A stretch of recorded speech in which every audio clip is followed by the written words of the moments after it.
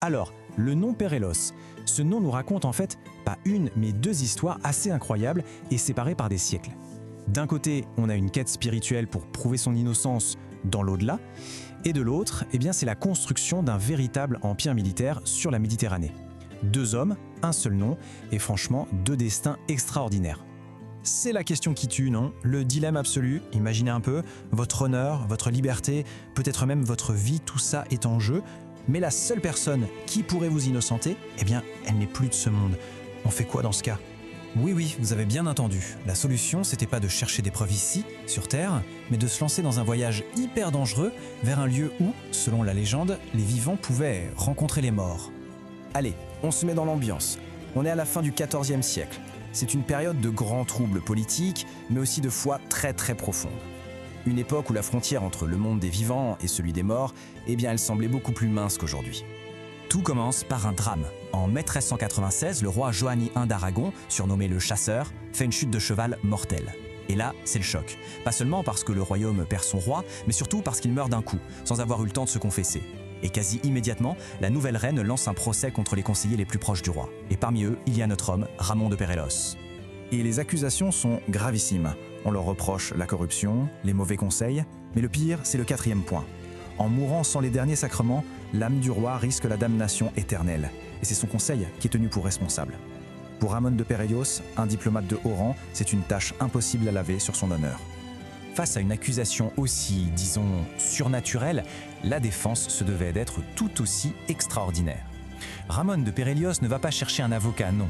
Il va chercher un témoin de l'au-delà. L'endroit qu'il choisit pour sa mission n'a rien d'anodin. Le purgatoire de Saint-Patrick, c'est un des lieux les plus mystérieux de la chrétienté de l'époque. Une sorte de porte vers l'autre monde. La légende disait que si on y passait une nuit et qu'on en revenait, on était purifié de tous ses péchés. C'était un voyage dont très peu de gens revenaient en fait. Ramon prépare son expédition avec un sérieux absolu. Il obtient toutes les autorisations, il se prépare spirituellement comme s'il allait à sa propre mort. Il rédige son testament, fait même adouber ses fils, et puis, accompagné d'un chevalier, il franchit le seuil de la grotte.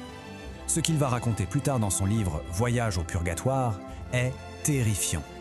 Il parle de plusieurs champs de tourments, chacun pire que le précédent.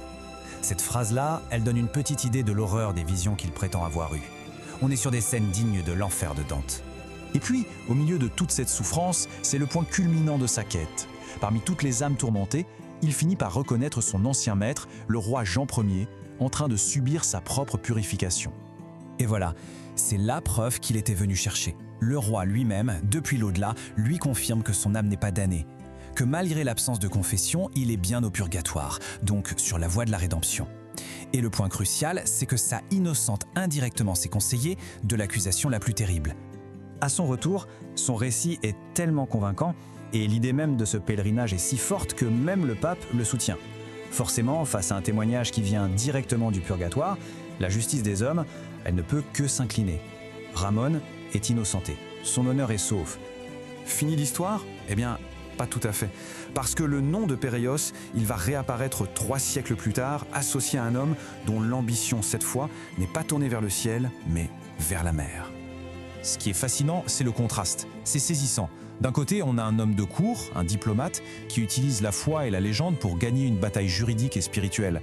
Et de l'autre, on a un aristocrate guerrier, un homme d'action, pragmatique, qui va bâtir sa propre légende sur les champs de bataille navale. Alors passons à ce second Ramon. Son terrain de jeu à lui, ce ne sera pas une grotte en Irlande, mais l'île forteresse de Malte, le grand bastion des chevaliers de l'ordre de Saint-Jean de Jérusalem. 23 ans. 23 ans à la tête d'un des ordres militaires les plus puissants d'Europe. C'est un règne d'une longueur exceptionnelle, ce qui montre bien sa stabilité et son autorité. Et son règne est tout sauf passif. Il lance de grandes réformes, il interdit les jeux de hasard et le luxe à outrance pour ses chevaliers, mais surtout, il comprend que la puissance de l'ordre, elle repose sur sa flotte. Il fait donc construire des vaisseaux de guerre modernes et il mène une lutte acharnée contre les pirates qui terrorisent la Méditerranée. Et c'est aussi un fin diplomate, qui échange avec Louis XIV et même avec le tsar Pierre le Grand. Alors comment on relie ces deux destins si différents? Le lien, ce n'est pas juste le nom, c'est tout un héritage de pouvoir et d'influence qui a traversé les siècles et qui s'est, au final, matérialisé dans la pierre. Ce palais incroyable, qui est aujourd'hui un musée national, c'est le symbole ultime de la réussite de cette lignée. C'est vraiment l'aboutissement de siècles de pouvoir accumulé, de la cour médiévale jusqu'à la maîtrise des mers. Ce qui est assez fou, c'est que pendant des restaurations du palais, on a découvert des plaques de plafond qui dataient du XVe siècle, avec les armoiries de la famille Péroyose dessus. C'est la preuve tangible que les fondations de cette puissance remontent bien à l'époque de notre premier Ramon, le voyageur de l'au-delà. Et cette puissance, elle a atteint son apogée avec le second Ramon, le prince de Malte.